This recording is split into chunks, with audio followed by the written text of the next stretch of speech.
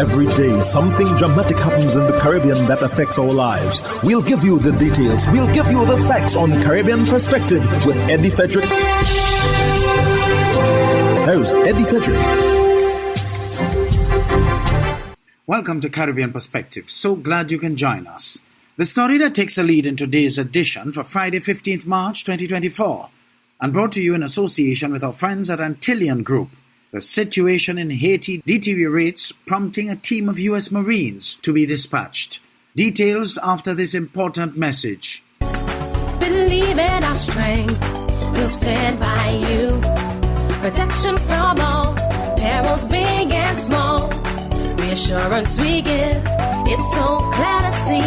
Peace of mind, that's our service guarantee. We look after all our family. Yes, we do at every opportunity. Antillean Group, underwriters of all classes of insurance solutions for your protection and investment. Live well financially.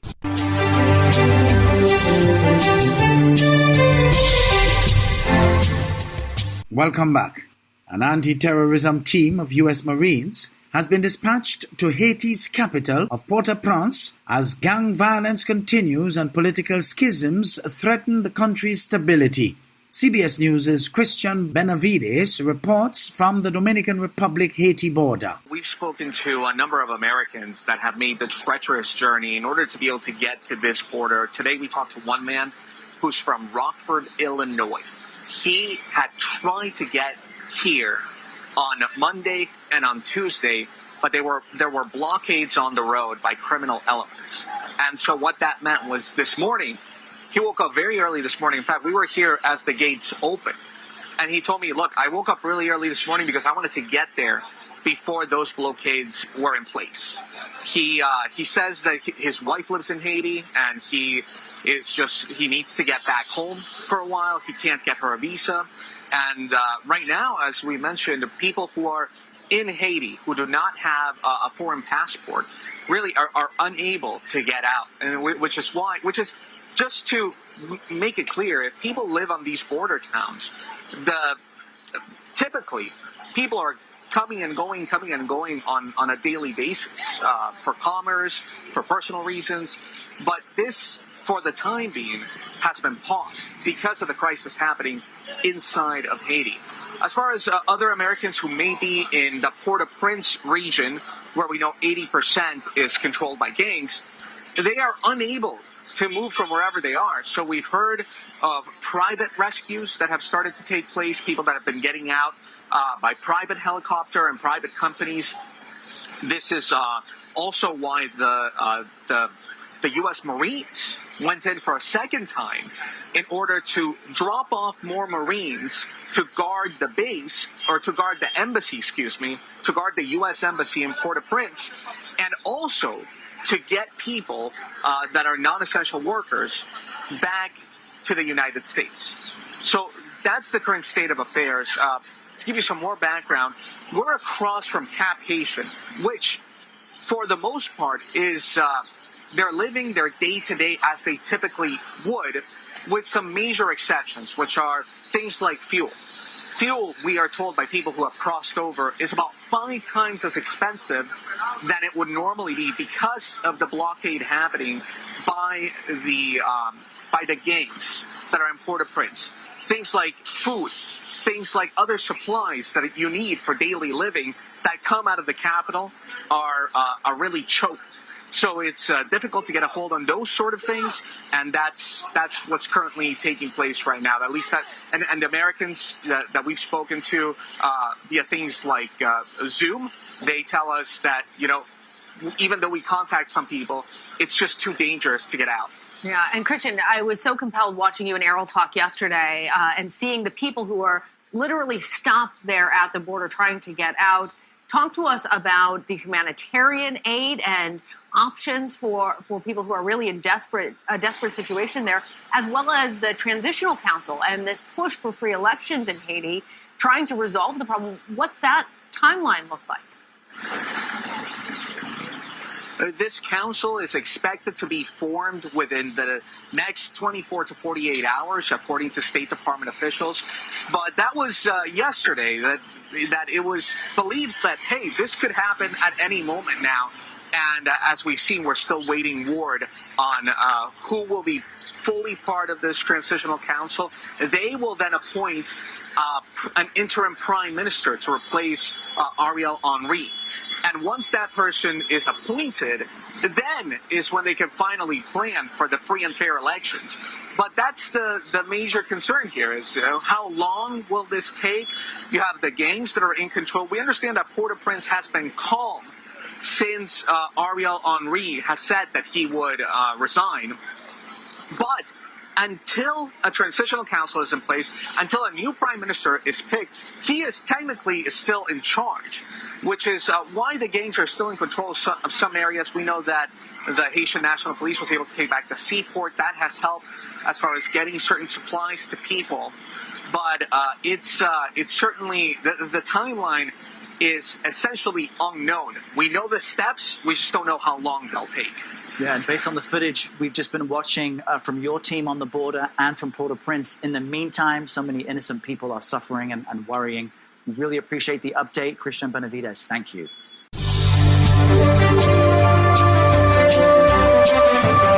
You're listening to Caribbean Perspective with Eddie Frederick, in association with our friends at Antillean Group, underwriters of all classes of insurance solutions for your protection and investment. Live well financially.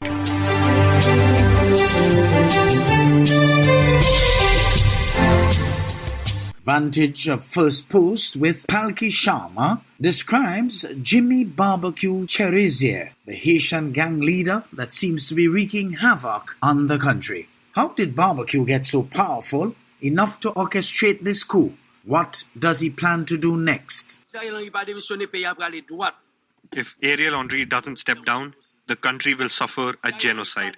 If Ariel Henry doesn't step down, if the international community continues to support Ariel Henry, they will lead us directly into a civil war that will end in genocide. That's Jimmy Cherizier, better known as Barbecue. Barbecue sounded the bell, and Prime Minister Ariel Henry's goose was cooked. After the Council of Ministers tonight accepted to put into place a transitional presidential council, the members of the council will be picked after agreement with different sectors of the national life. The government I am running will remove itself immediately after the establishment of the said council. Barbecue set fire to Haiti, and the Prime Minister has been forced to step down. But who is Barbecue, and how did he get so powerful? Powerful enough to cook up a civil war? Well, Barbecue is no ordinary fire starter. He was once on the other side of the divide. He was once a police officer, but he was fired in 2018 over his alleged involvement in extrajudicial killings. There was the Grande Ravine massacre in 2017, where more than 9 people were killed by the Haitian police. Then, in November 2018, another massacre took place, the La Saline massacre. 71 people were killed. 400 houses were burned down. Barbecue was apparently involved in both incidents. And a month after La Saline, he was kicked out of the force. Barbecue even faced US sanctions over the bloodbath, but that did nothing to stop his rise. After getting fired, Barbecue joined Haiti's gangs. He currently leads a coalition of gangs in Haiti called the G9 Family and Allies. This group has been wreaking havoc for years without any punishment. Initially, it was because Barbecue had support from the top. Barbecue was allegedly working for Haiti's former president, Jovenel Moïse. He became the president's unofficial enforcer, enforcing order in the streets of Port-au-Prince and rounding up people to vote for his patron. But then, Moïse was assassinated in 2021. In his place came Ariel Henry. Henry became prime minister and acting president. He was put there by an international coalition to bring back order to Haiti, but he could not manage that alone. 2 weeks ago, Henry went to Kenya. This was to sign a deal that would have allowed the Kenyan police to lead an international force in Haiti. This force could have finally countered Barbecue and his boys. So it had to be stopped. When Henri left, Barbecue began his coup, and everything seems to have gone according to plan. So what's next for Barbecue? We demand that the choice of the person who's going to lead this country we live in will be made by the Haitian people. We want to make sure the person who's going to lead this country's wife and children live in Haiti. We want to make sure the people who are going to be ministers in this government, their wives and their children live in the country. Basically, Barbecue wants to rule, either directly or by holding the families of the next leaders hostage. Will he succeed, or will the next plan be a washout? We'll soon find out. CARICOM on Haiti's new Transitional Presidential Council. Altovise Munnings of ZNS News reports. The resignation of Haitian Prime Minister Ariel Henry jumpstarts the establishment of a Transitional Presidential Council, which is expected to create a new path to governance in Haiti. Now, the group will comprise 7 voting members and 2 non-voting observers, including representatives from a number of political coalitions, the business sector, civil society, and a religious leader. The council will exercise specified presidential authorities during the transition, operating by majority vote. CARICOM Chairman and President of Guyana, His Excellency Dr. Mohammed Irfan Ali, revealing specific details at the end of high-level talks in Kingston, Jamaica on Monday, noting that the arrangements expected to lead a peaceful transition of power, an action plan for near-term security, and the road to free and fair elections in Haiti. The Transitional Presidential Council will swiftly select and appoint an interim Prime Minister. The Transitional Presidential Council will, together with the interim Prime Minister, appoint an inclusive Council of Ministers. The Transitional Presidential Council will hold the relevant and possible powers of the Haitian presidency during the transition period until an elected government is established. And this new Transitional Presidential Council comes right on time for Haiti, as international reports state the country has lacked elected representatives since early 2023, and its next elections will be the first since 2016. The council, though, does have its exceptions to membership. Anyone who is currently on a charge, indictment, or has been convicted in any jurisdiction. Anyone under United Nations sanctions, anyone who intends to run in the next election in Haiti, and anyone who opposes UN Security Council Resolution 2699. Keep in mind, though, that those chosen to serve on the council have the authority to co-sign orders and decrees, establish a provisional electoral council and a national security council, arrange a peaceful transition, ensure continuity of governance, and to continue collaboration with the international community. United States Secretary of State Antony Blinken said earlier on Monday the U.S. would contribute an additional $100 million to this force and $33 million in humanitarian aid, bringing the U.S.'s total pledge to the force to $300 million. This adds to even more funding from Canada. Now, with this plan in place, CARICOM implores Haitian participants to fully implement their commitments.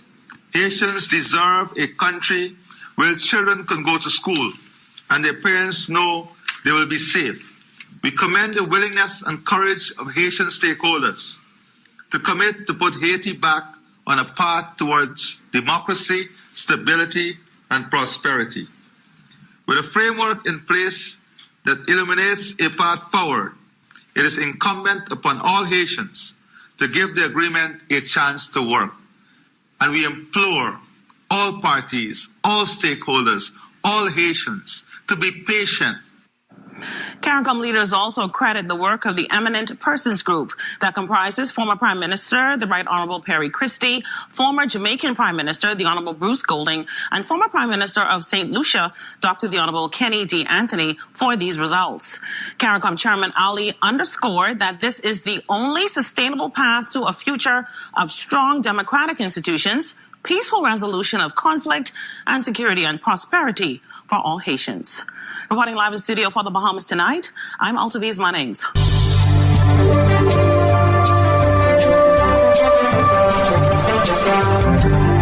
I am Eddie Frederick, wishing you a restful weekend. This has been Caribbean Perspective, a whole new approach to highlighting developments in the Caribbean. In the meantime, please follow us on Facebook and subscribe to our YouTube channel for daily regional news and more, in association with our friends at Antillian Group.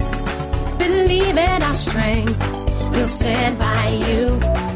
Protection from all perils, big and small. Reassurance we give, it's so clear to see. Peace of mind, that's our service guarantee. We look after all our family. Yes, we do at every opportunity. Antillian Group, underwriters of all classes of insurance solutions for your protection and investment. Live well financially.